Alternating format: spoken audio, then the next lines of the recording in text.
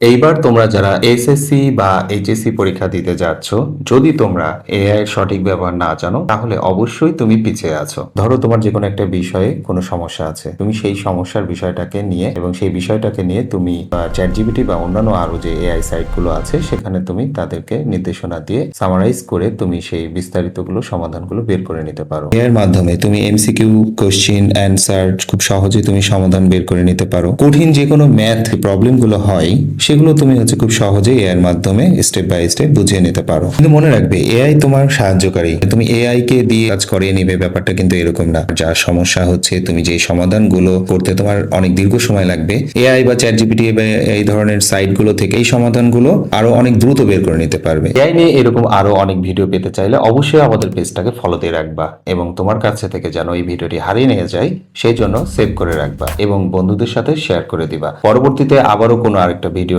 তোমাদের সাথে দেখা হবে। ততক্ষণ পর্যন্ত ভালো থেকো সবাই। আল্লাহ হাফেজ।